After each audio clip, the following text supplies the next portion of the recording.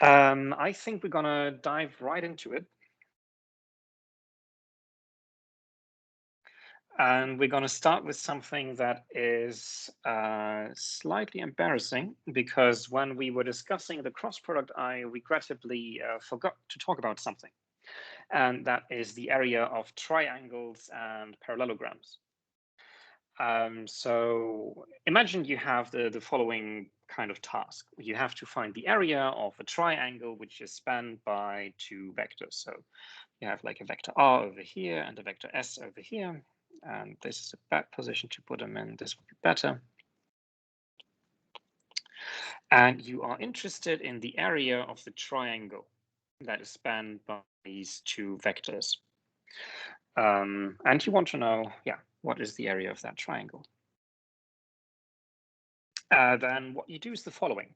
Actually, what you do is you don't look at the triangle. What you do is you look at the parallelogram spanned by these two vectors. So this is again R, and this is again S. And then you take a look at the area of the whole parallelogram. And the area of the parallelogram spanned by two vectors is the length of their cross product.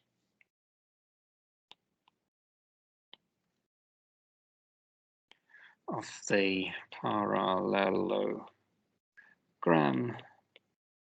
spanned by two vectors is the length of the cross product.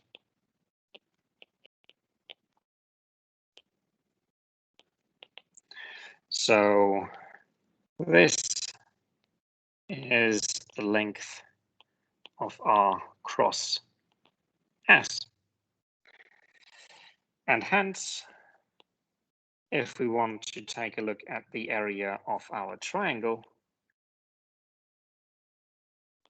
this is then 1/2 the length of the cross product of R and S, because obviously the triangle is just half of that. So if we want to do this for these two vectors, let's just do that.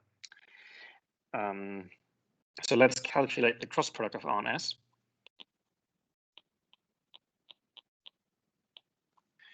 Uh, 101,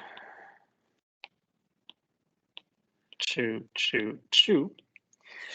And I hope we've computed enough cross products that I can do this quite quickly. So this gives us 0i, this gives us -2i. Then we have 2j minus 2j, so we have 0j.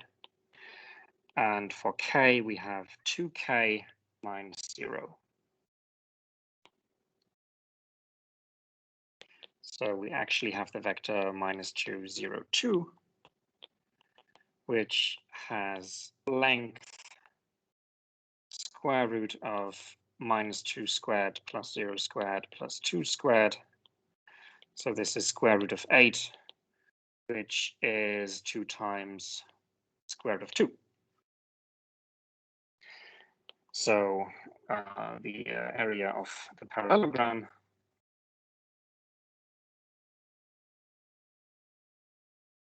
this is times square root of 2, and the area of the triangle is square root of 2.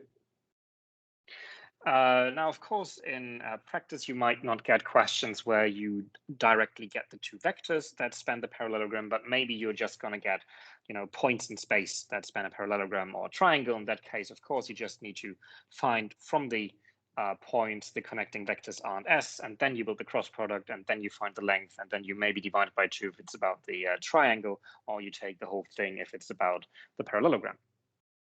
Is that clear so far? Yes, doctor, clear. Yes, doctor. Okay. Yes. Perfect. So what I want us to do today is really look at equations for lines and planes, and being able to transform equations of lines of planes into each other and working with them is like a really important skill for this course. So later on, we will also can you use the formula? Yes, of course you can use that formula, but the problem is then you would have to find the sine of the angle, and but of course, if you want to, you can use a different formula. I don't mind. So what I want us to do today is I want us to look at equations for lines and planes. That is going to be quite important, especially to be really comfortable with it.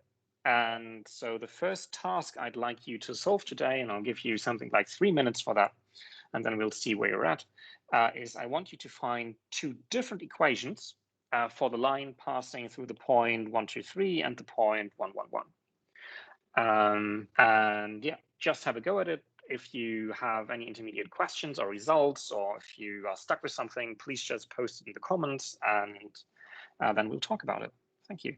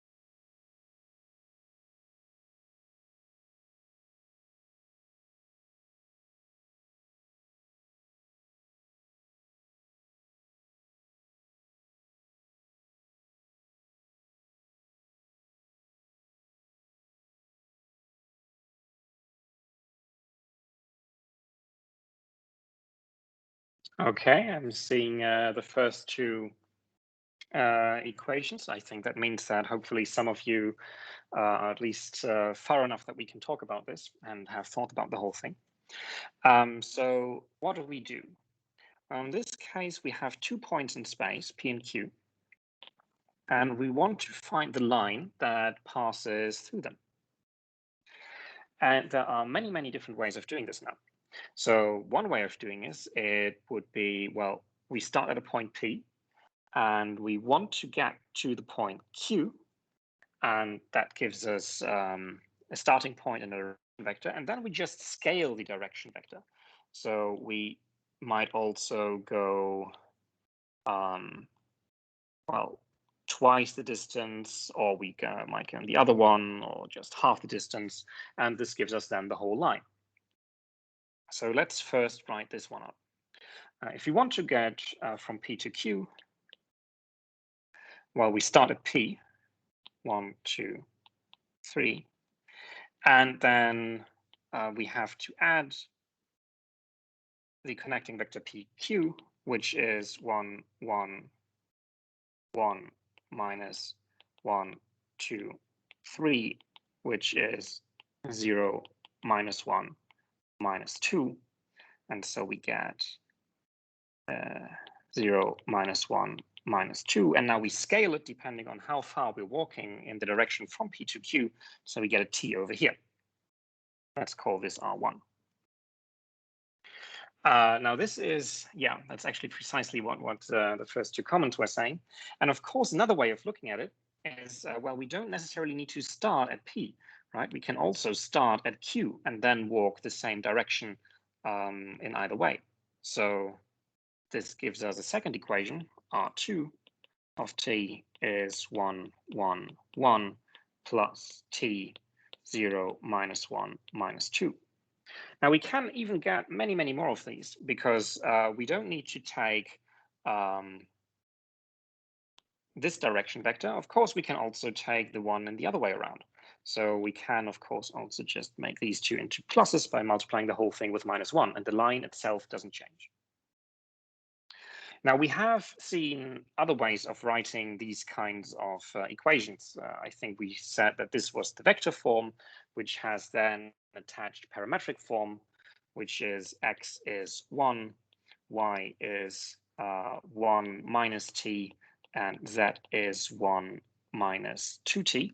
If we take the one with the minus here, if we took the one with the plus, there we would get pluses.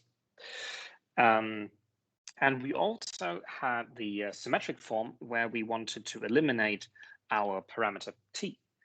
And the idea there was that, well, for one fixed t, we get these numbers. So we can also solve these equations for t. We can also therefore write that y minus 1 is, okay, let's solve for minus t, and that z minus 1 over 2 is minus t. And if we have a point on the plane, these two numbers are of course the same, and x is equal to 1. So we also get an equation like x is equal to 1 and y minus 1 is the same as z minus 1 over 2.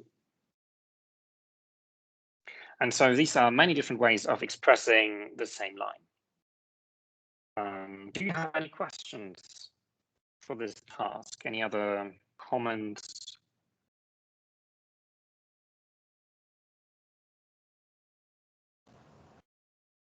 All clear.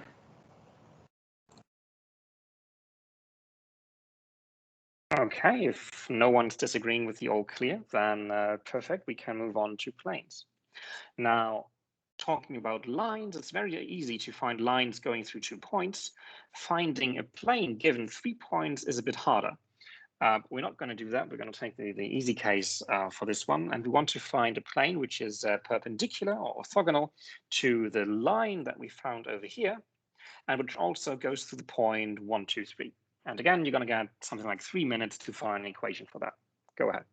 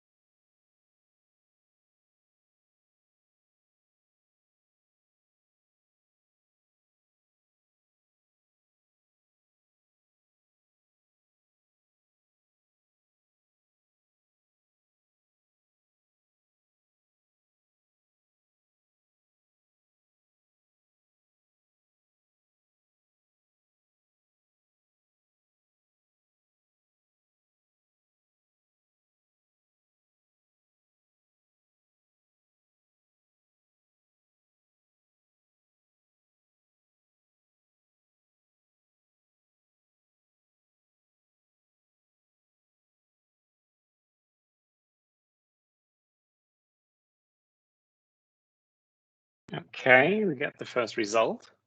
I hope again that means that most of you have at least started working through it and know what you're supposed to do, but this is how I would do it. So the general idea was, if we have a plane in space, the easiest way to describe it is by taking a vector, which is, okay, actually this is a bad picture for this.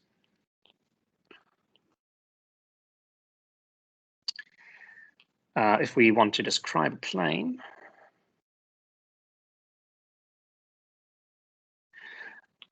we take a vector n, which is orthogonal on the whole plane. And this is now very, very easy in our case, because we said the plane is supposed to be perpendicular to above line. And well, we already know what above line looks like. It had direction vector 0, -1, -2.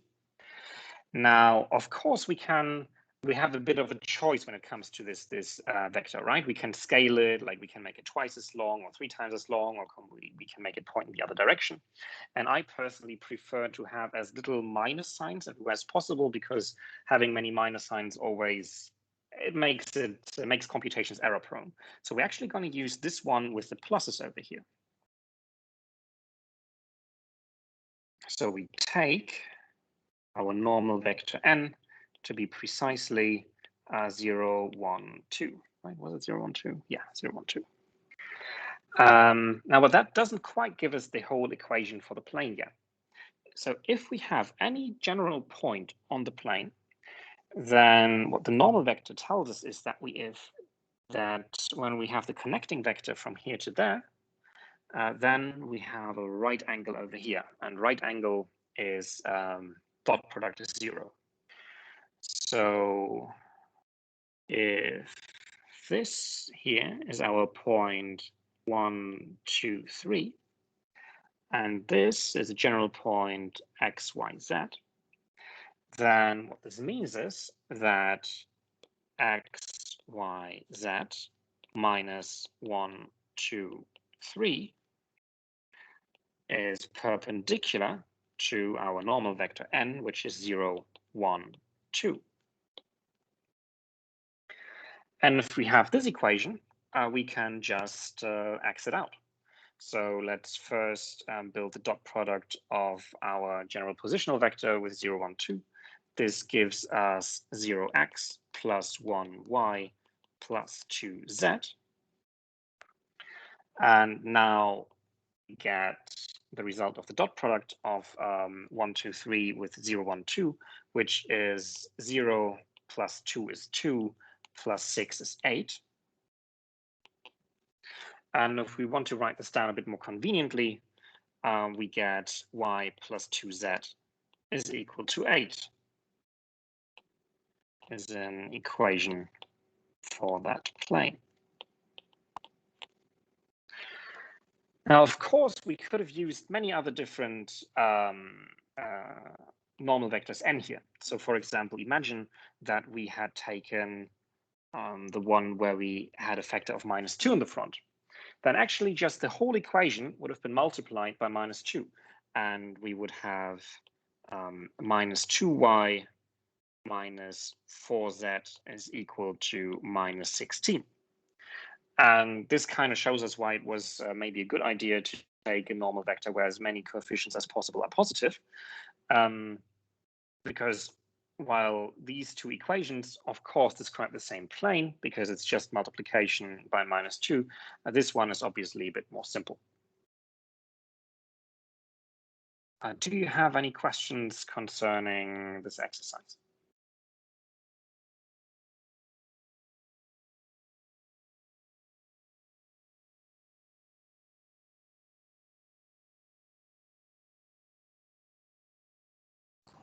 All clear. Okay, perfect. Now what we already have is we have a line and we have a plane, and now we're going to add a point. And I would like you to compute the distance between the plane that we just wrote down. So let's remind ourselves that it's y plus 2z is equal to 8. and the point -1 to -3. And again, take yourself some time and let's see what you come up with.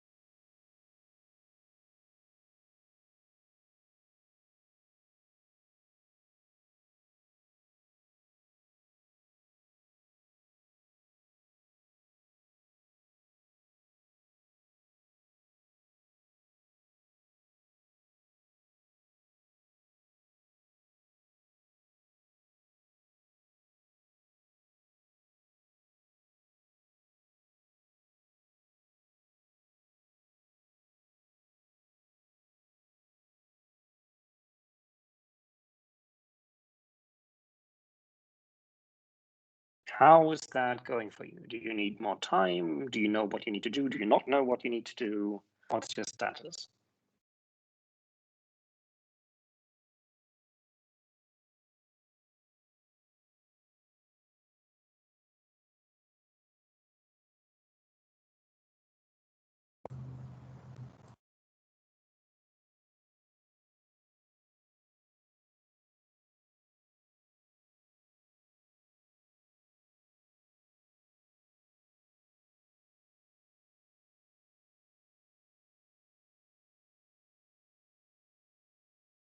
Okay, you got results. I have no idea if they're right. I'm going to figure that out in a moment. So in this case, when you want to consider the distance of a point from plane, it's actually really easiest to remember the formula because deriving the formula has lots of basically error terms and it's just very annoying. And if you remember the distance,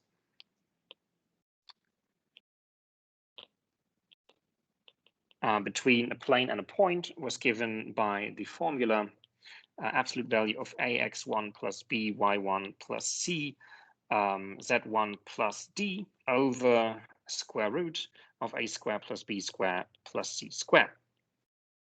And now if you want to use this formula, of course, we need to remind ourselves what was a, b, c, and d, and what is x1, y1, z1. And in our case, so these coordinates x1, z1, x1, y1, z1 are precisely these coordinates over here. Those are the coordinates of the point. And the A1, the A, B, C, and D are, if we bring our plane kind of standard form, where all the coefficients are on the left-hand side.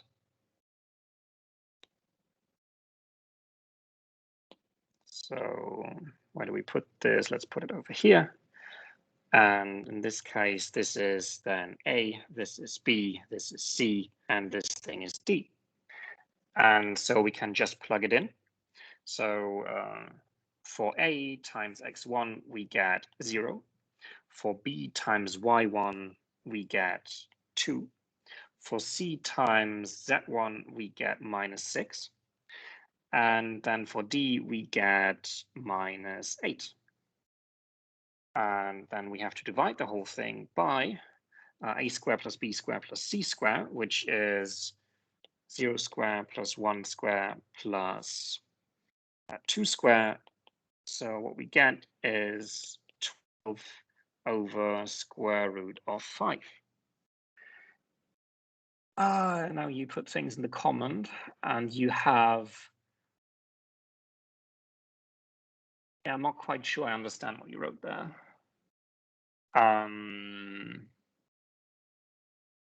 You have 12 times square root of 5 over 5. Yes, 12 times square root of 5 over 5 is, of course, the same thing as 12 divided by square root of 5, so that is correct. And I think in the answer before that there's a typo. That's fine.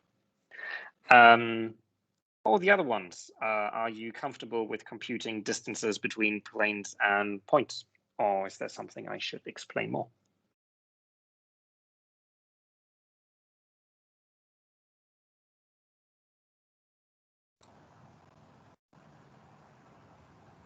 It's clear, Doctor. Okay. Let's give everyone else a couple more seconds to maybe formulate a question.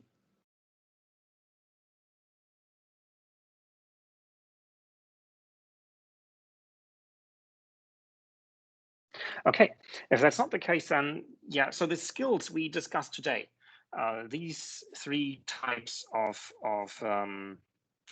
tasks, with these it's very important that you are pretty comfortable with doing this. Like for everything that follows later, there's always going to be plenty of things going on in 3-dimensional space, and if you always have to remind yourself, ooh, but how did I actually get the plane passing through a certain point and being perpendicular to something or whatever, is really gonna like slow the whole thinking process down. You always need to focus on the wrong things.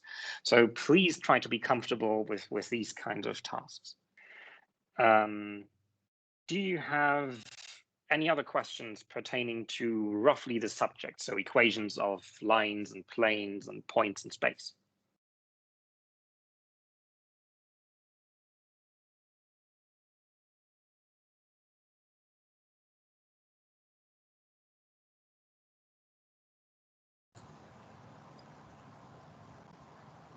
None for me.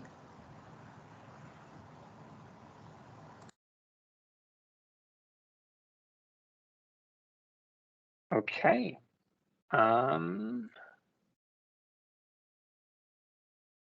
Okay. I think now we're moving to the part where we're going to talk about the organizational questions again.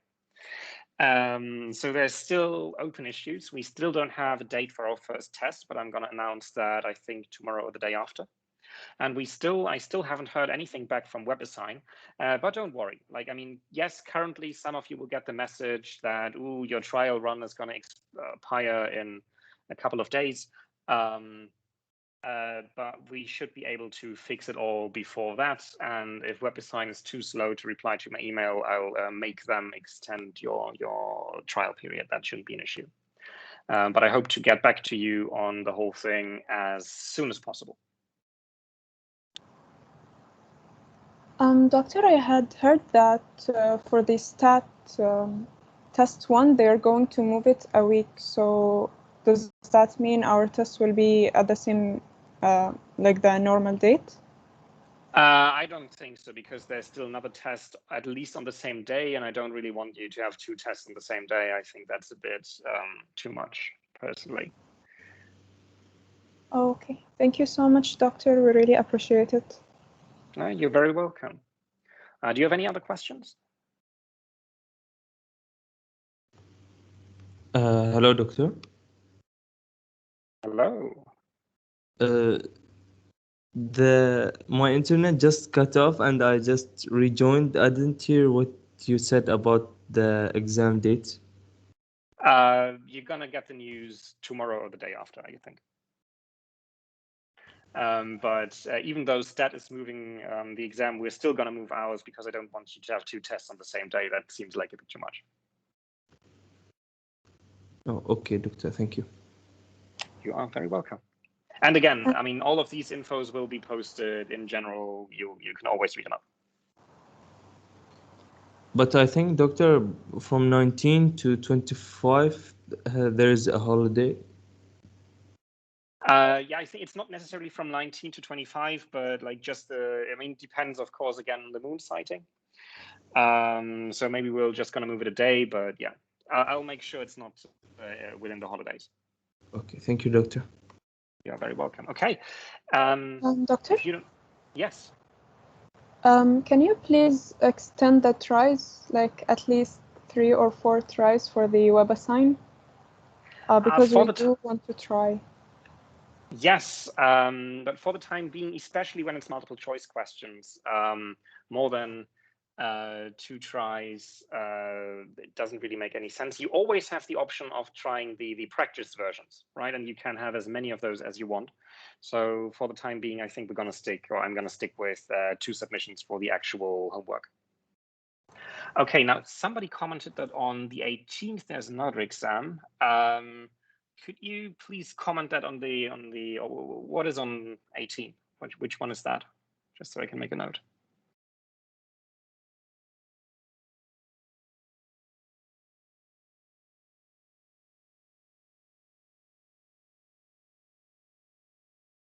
History. Yeah, would be really great if we had like a huge shared calendar for everything. Okay, yeah, I'll hopefully make sure that you don't have 2 exams on the same day. Okay, any more questions?